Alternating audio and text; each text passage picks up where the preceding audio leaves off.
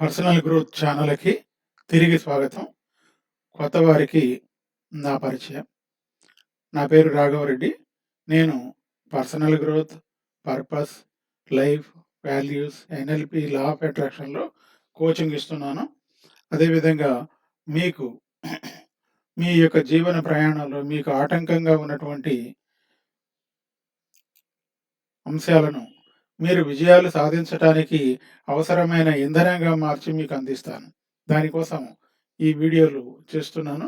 అదేవిధంగా ఈరోజు మనం గమనించినట్టయితే ఈ సంవత్సరం బై ద ఎండ్ ఆఫ్ 2025 ఈ సంవత్సరం అయిపోయేసరికి మీ జీవితం ఏ విధంగా ఉంటుంది ఆలోచించండి.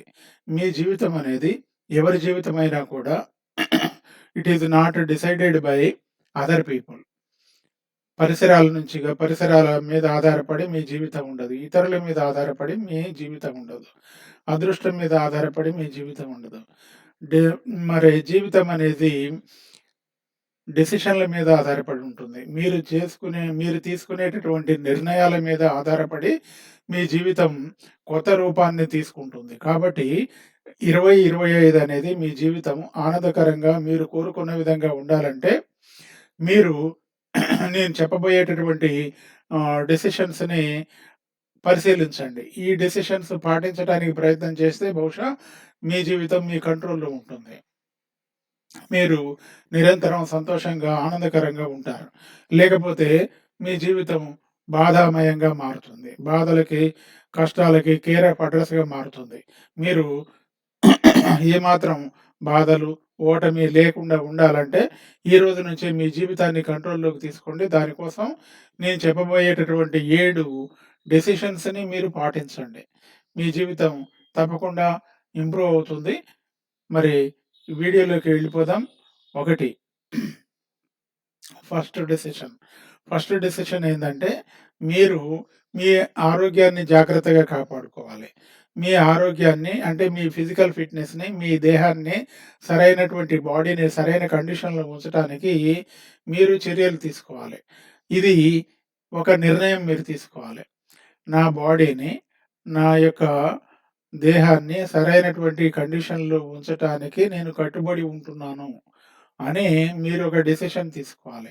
ఎందుకంటే మీరు సరైన ఎనర్జీ లెవెల్ మీ బాడీలో మెయింటైన్ చేసినప్పుడు, మీరు సరైనటువంటి ఆరోగ్యాన్ని పొందినప్పుడు, సరైనటువంటి సంతోషాన్ని పొందగలుగుతారు.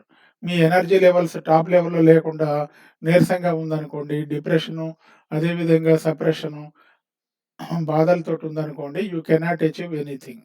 దానికోసం మీ ఎనర్జీ లెవెల్ హైగా ఉండాలంటే ఫస్ట్ మీ బాడీ కండిషన్‌లో ఉండాలి.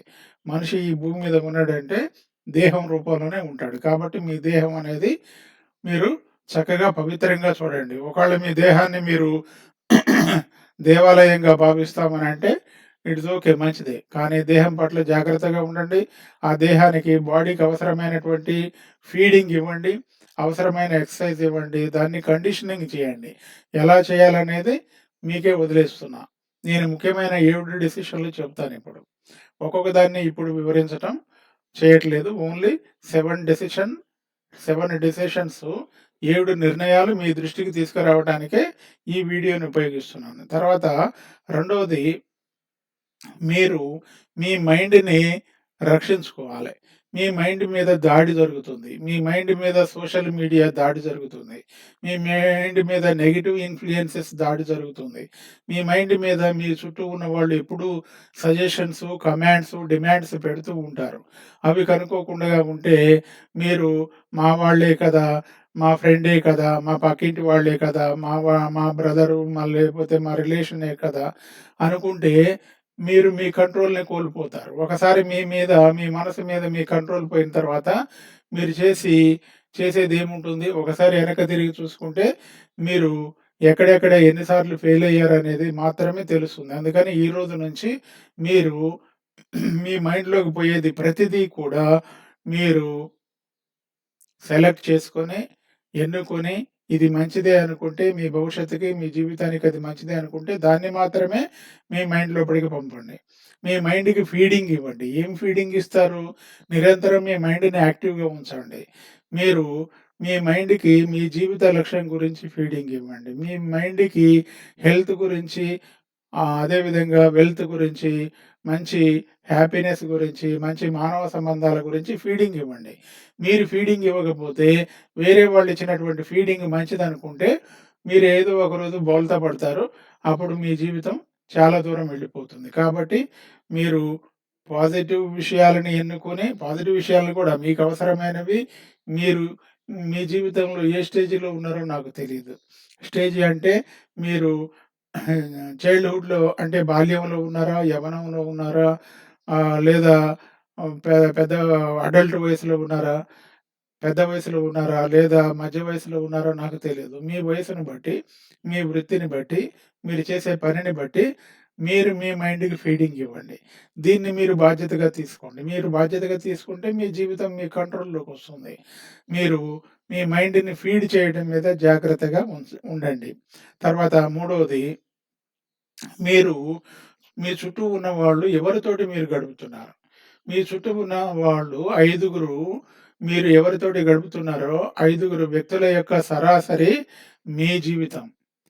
మీరు బహుశా మీ మాట వినేవాళ్ళు అయితే మీకిష్టమని, మీ స్టాండర్డ్ కంటే తక్కువ ఉన్న వాళ్ళని మ్యానిప్యులేట్ చేయొచ్చని, బహుశా మీరు ఐదుగురిని ఎన్నుకొని మీరు వాళ్ళతోటి గడిపితే, వాళ్ళ యొక్క జీవితంతోటి మీ జీవితం ముడిపడి ఉంటుంది. వాళ్ళకంటే తక్కువ అని ఉంటుంది. వాళ్ళతో సమానంగా ఉంటుంది. కాబట్టి మీరు ఎన్నుకునేటటువంటి వ్యక్తులు మీకు రోల్ మోడల్స్‌గా ఉండాలి. మీకు మీ జీవితంలో మీకంటే ఎక్కువ సాధించిన వాళ్ళు మంది ఉండాలి. హై అచీవర్స్ ఉండాలి. మిమ్మల్ని మీ శక్తి సామర్థ్యాలను గుర్తించి మిమ్మల్ని ఒక వ్యక్తిగా భావించి, గౌరవించి మిమ్మల్ని బతకనిచ్చే వాళ్ళై ఉండాలి. మిమ్మల్ని దోపిడీ చేసేవాళ్ళు, మీ దగ్గర ఉన్నటువంటి సొత్తు కొట్టేసేవాళ్ళు, మీ ఎనర్జీ తీసేసుకునేవాళ్ళు, మీ జీవితాన్ని పక్కకు మళ్ళించేవాళ్ళు ఉంటే, వాళ్ళ నుంచి దూరంగా వచ్చి మీ జీవితాన్ని గడపండి. ఆ జీవితం మీది. మీ జీవితం మీరు గడపండి. నష్టమో, కష్టమో ఈ జీవితంలో ఏదో ఒక దశలో ఉన్నారు.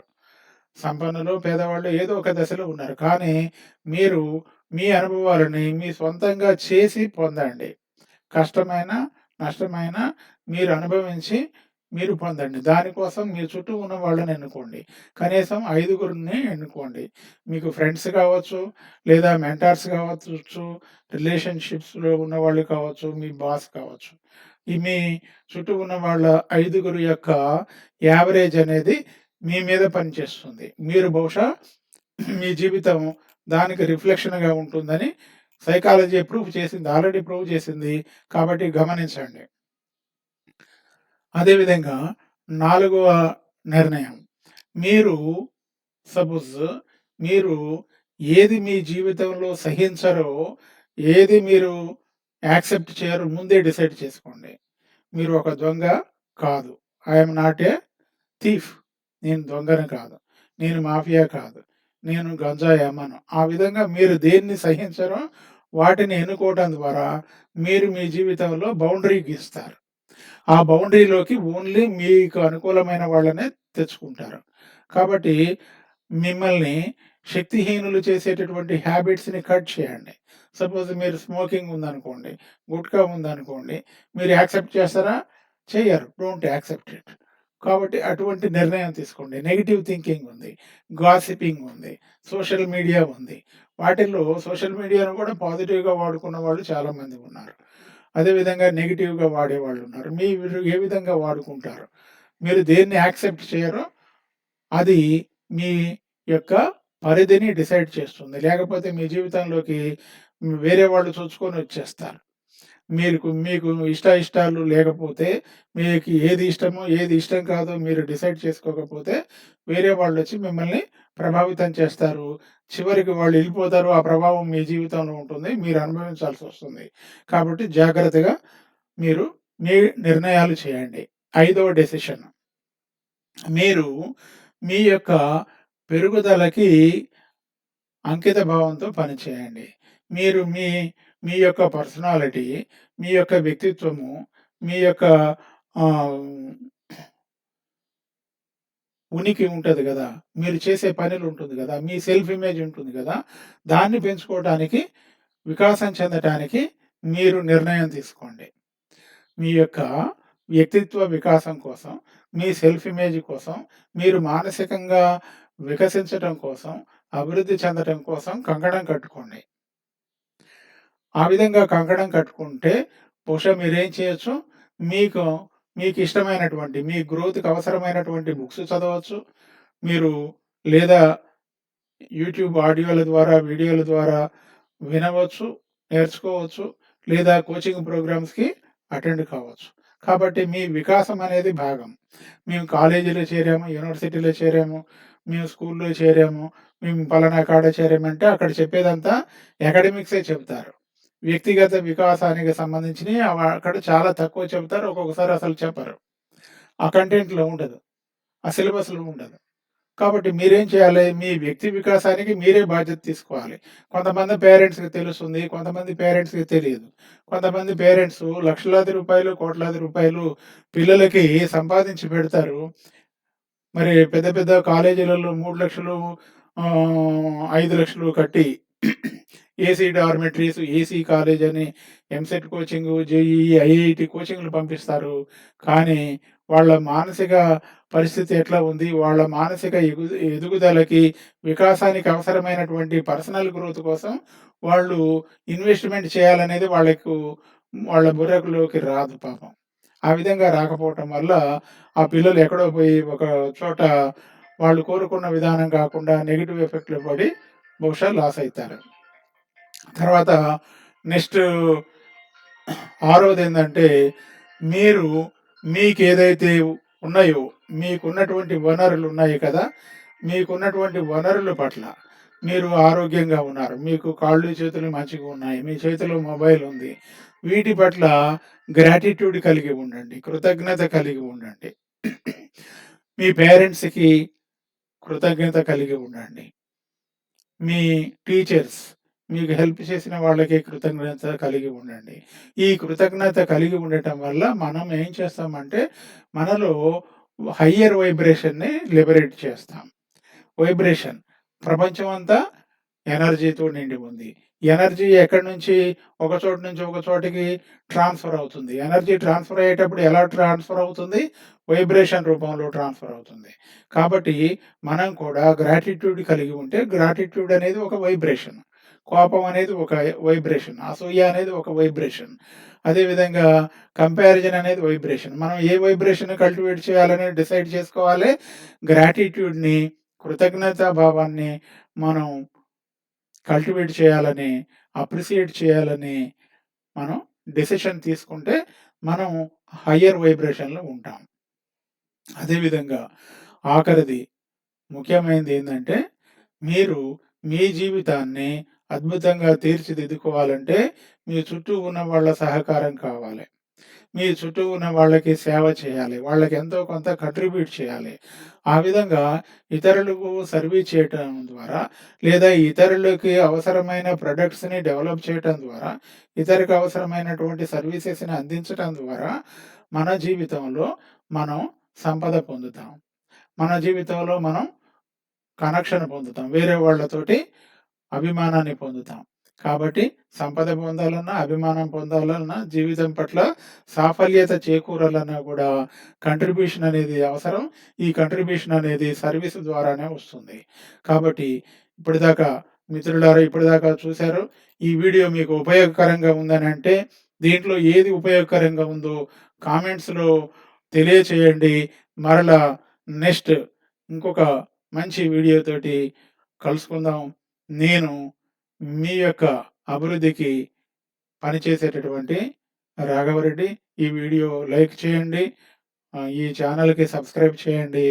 మరి ఫ్రెండ్స్ అందరికీ కూడా షేర్ చేయండి. ఎందుకంటే అందరూ బాగుండాలి. అందులో మనం ఉండాలి. Thank you. See you again.